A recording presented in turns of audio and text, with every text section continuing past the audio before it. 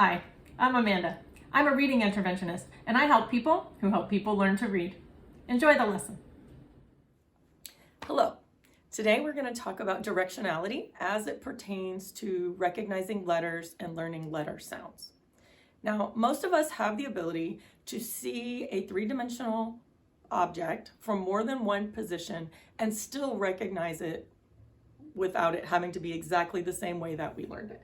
So, for example, if I told you this was a dog, you would probably agree. If I told you this was a dog, you would probably agree. If I told you this was a dog, you would probably agree. Even if I turned it upside down, you would say, well, it's upside down, but it's a dog.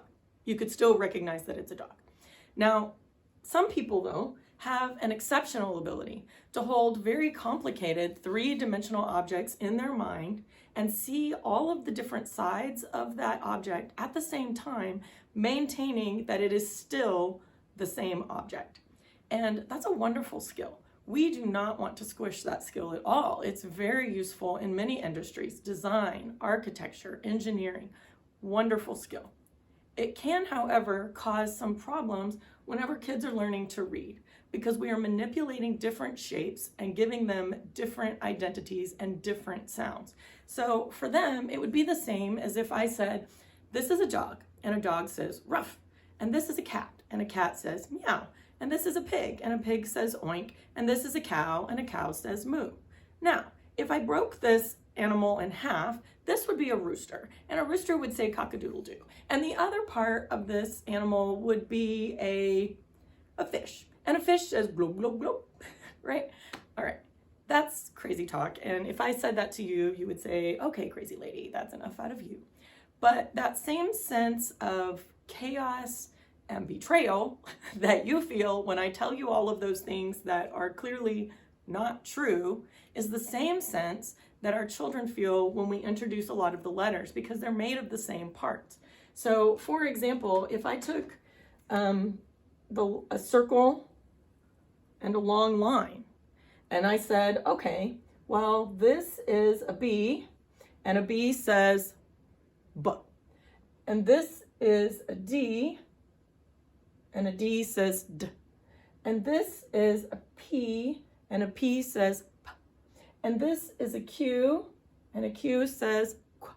And if I broke it in half, then this would be an O, and an O says ah, and the other part would be an L, and an L says O. That is a lot of information, and it doesn't register with some of our kids because they're like, it's a circle and a line. And you can line them up however you want, but it's still a circle and a line. And so it's really difficult to get that directionality. And so many students struggle with your B's and D's and P's and Q's, O's and L's.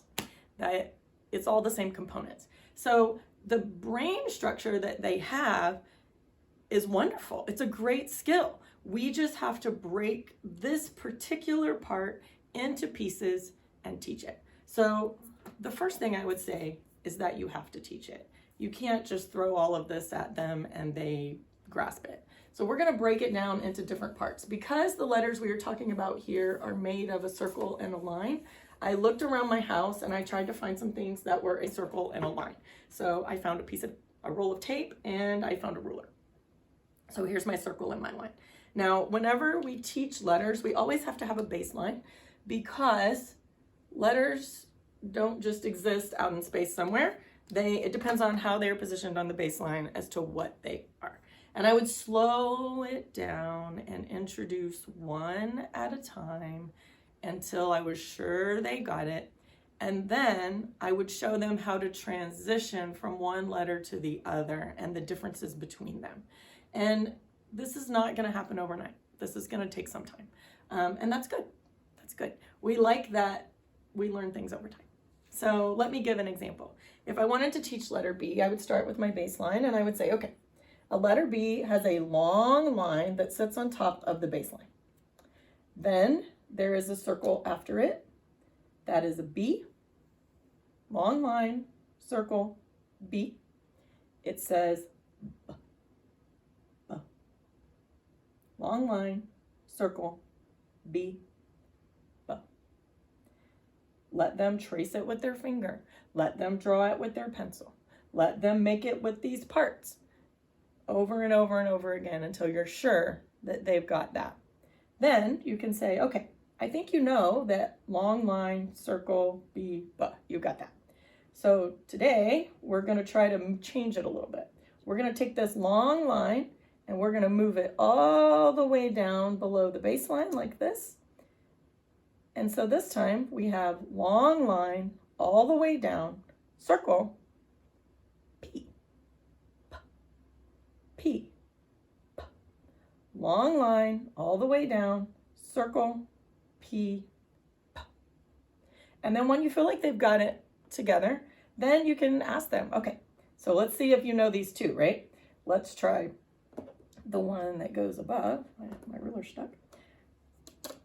Long line, circle, B, B.